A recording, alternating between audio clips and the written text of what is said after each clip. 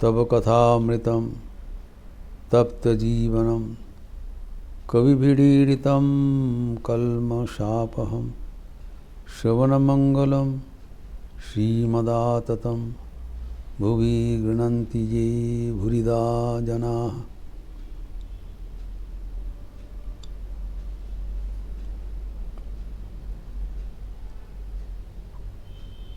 एक महत्वपूर्ण प्रश्न ठाकुर के सामने रखा गया था। ठाकुर कहते हैं साधन करना चाहिए, सब शास्त्र में कहते हैं साधन करना चाहिए, मन अचमनुआ साधन करना चाहिए। लेकिन प्रश्न यह है कि समय कहाँ है? संसार का कर्म तो भगवान को ही दिया हुआ है। Is his work we are doing. So on the one hand वो कहते हैं संसार का कर्म करो, ये मेरे ही कर्म है। दूसरा ओर से कहते साधन करो। तो उन्हें एक साथ कैसे करे? क्योंकि कभी कभी कर्म बहुत ज़्यादा हो जा रहा है, समय नहीं मिल पा रहा है, टाइम मैनेजमेंट नहीं हो पा रहा है। यही प्रश्न है महिमाचरण। सब भक्त का ओर से प्रश्न रखा है। अभी ठाकुर जी उनको डायरेक्ट उत्तर जो दे रहे हैं,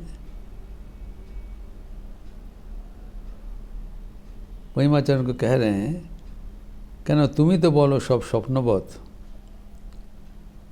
महिमाचरण ब्रह्मज्ञानी है और शास्त्रवाक को धारण करके ठाकुर के सामने बोलते थे ये सब स्वप्नवत है, ये अलीक है,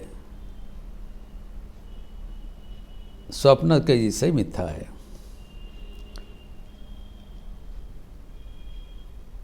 अभी जो वास्तव हम चारों ओर देख रहे हैं ये स्वप्न कैसे हो गया? स्वप्न नहीं बोला, स्वप्नबद्ध बोला, स्वप्न के जैसा। तभी देखिए हमारा जब मन को याद करिए, मन का जो चार अवस्था है, सुषुप्ति, स्वप्न, जागृत एवं तुरीय अवस्था। अवचेतन, अचेतन, चेतन एवं अतिचेतन। हम लोग जागृत अवस्था में जब हैं वो चेतन अवस्था है, कॉन्शियस स्टेट, वेकफुल स्टेट। जब हम सो जाते हैं तब पहले निद्रा अवस्था में चले जाते हैं, स्वप्न अवस्था में चले जाते हैं। Then we come to the dream state, स्वप्न अवस्था। तो स्वप्न अवस्था जागृत का तुलनामूलक अगर किया जाए, compare to the wakeful state, the dream state is null and void. क्योंकि जब सपना खत्म हो जाता है, जब हम वास्तव भूमि में आ जाते हैं तब सपना खत्म हो जाता है, तब सपना का कोई अस्तित्व नहीं रहता है। That what was existing during the dream state vanishes as soon as we are awake। इसीलिए कहा गया है उसका कोई एब्सोल्यूट एग्जिस्टेंस है नहीं, तात्कालिक उनका अस्तित्व है। जब तक सपना देख रहा हूँ तब तक सपना का अस्तित्व है। Nobody is denying. While dreaming we do not feel that we are dreaming। जब सपना देख रहे हैं हमें लगता है वही वास्तव है सपना काल में। वैसे ही वेदांतवादीगण कहते हैं जो जागृत अवस्था में भी हम लोग जो देख रहे हैं, जो सुन रहे हैं, वो जागृत काल के लिए ही उनका अस्तित्व है।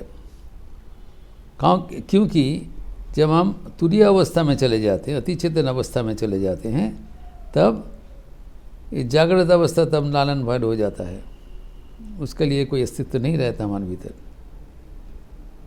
इसीलिए nothing is having any absolute existence. जैसे स्वप्न इसका रिलेटिव एक्सिस्टेंस है, आपेक्षिक अस्तित्व है जब तक सपना दिखा जा रहा है, वैसी जागृत काल में जो कुछ हो रहा है उसका ही वेदांतवादी कहते हैं वो तात्कालिक रिलेटिव एग्जिस्टेंस है। जब हमारा मन ब्रह्मानंद, ब्रह्म अनुभूति पर चले जाएंगे, तुरीय अवस्था में चले जाएंगे, तब ये जागृत अवस्था का अस्तित्व भी तब अलिक हो जाएगा, वैनिश्ड हो जाएगा। तभी महिमाचरण बोलते थे कि जगत सचमुच में compare to the ultimate reality this wakeful state is also transitory, अनित्य है, बराबर रहने वाला नहीं है। ये बात तो मानना है। तो ठाकुर कहते हैं अगर ऐसी ही बात है, तुम तो कहे तो जगत, ये जगत दुनिया सपनवत, तब तुम्हारा फिक्र क्या हो रहा है? What is the difficulty? एक रामायण का एक उद्धृति देके, कहानी देके ठाकुर समझा रहा है इस पर, यहाँ पर कि रामचंद्र जी उनके अनुज लक्ष्मण जी को क्या बोला था जब इन लोग सीता का तलाश में भारत की सर्वश्रेष्ठ दक्षिण प्रांत में जाके उपनीत हुआ, तब सामने समुद्र है। समुद्र के बारे में, समुद्र का वजह से वो आगे नहीं बढ़ पा रहा है। तब लक्ष्मण का बहुत गुस्सा आया, बहुत क्रोधित हुआ। उन्होंने कहा ये समुद्र हमें आगे नहीं बढ़ने दे रहे। समुद्र तो छोटा जलाशय नहीं है जो तैर के चले जाएंगे, वो रास्ता रोक लिया। तो लक्ष्मण ने बताया मैं वरुण देवता को वध करूंगा, कि वरुण तो समुद्र का ही अधिष्ठात्री देवता है। अगर वरुण समुद्र को हटा लेंगे तो मैं उसको वध कर दूंगा। बहुत क्रोधित हुआ। तब रामचंद्र जी ने उनको समझाया, जो समझाया वही ठाकुर का बात है। यहाँ पर रामचंद्र जी लक्ष्मण को कहते हैं भाई ये तो सब सपनवत है, ये जो जगत है ये तो इसको एब्सोल्यूट एग्जिस्टेंस है नहीं, सपनवत है, अनित्य है। ये जगत भी अनित्य है, ये सागर भी अनित्य है। और यहाँ पर तुम्हारा गुस्सा भी अनित्य है। तो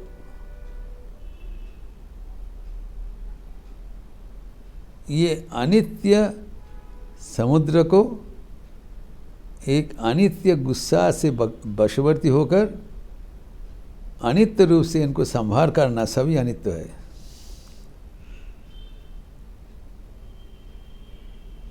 The world is false, so is the ocean, so is your anger, and so is your action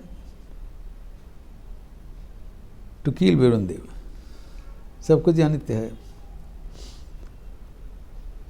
तो ये जो अनित्य के वातावरण में हम जो नित्य वस्तु है, ईश्वर है, उसको भूल जाना कि सही है, ये ठाकुर का पाल्टा प्रश्न है, काउंटर क्वेश्चन। हमारा जो युक्ति है, हमें समय नहीं मिल रहा है, किसके लिए समय नहीं मिल रहा है? ये अनित्य संसार के लिए, जिसे वो संगीत में कहा गया था, सकल काजेर पाइए समय तुम्हारे राखते पारी ना पाइने। But you are the most important and valuable item in my life which is permanent.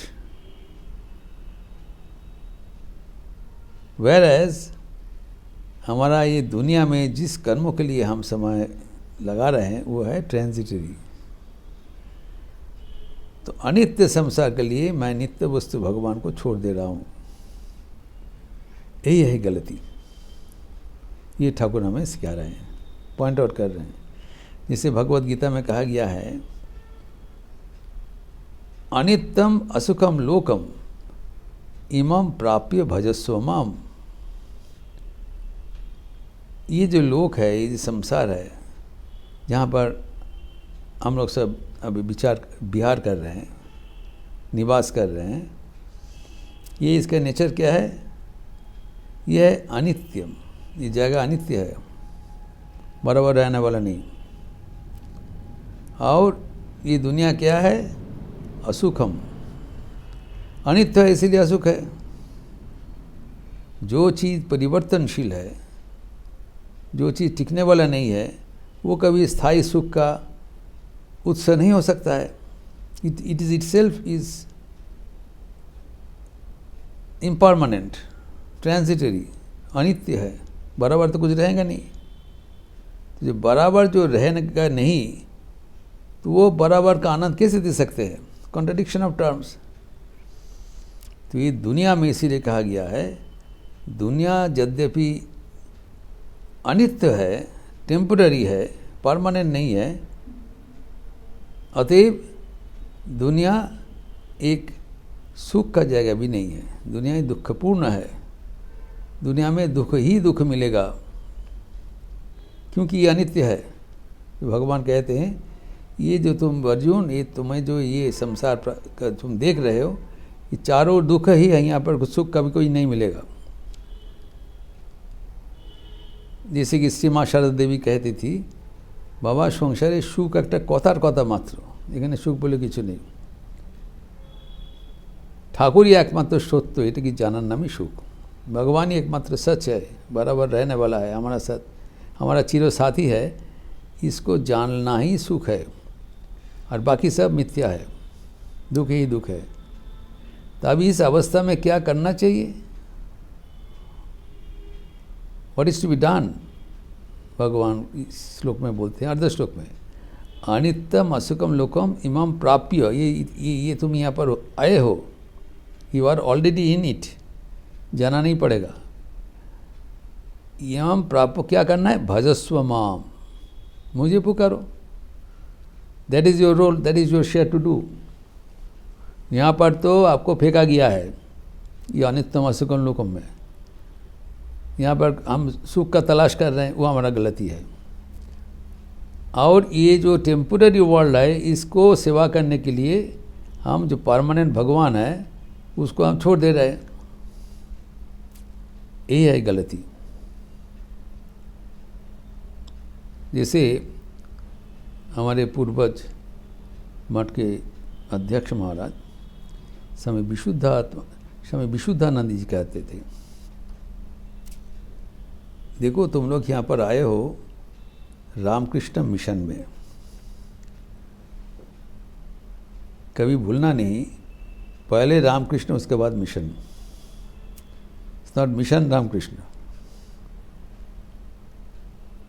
आत्मानम मोक्षार्थम जगत हिताय च, दो both are to be carried on simultaneously.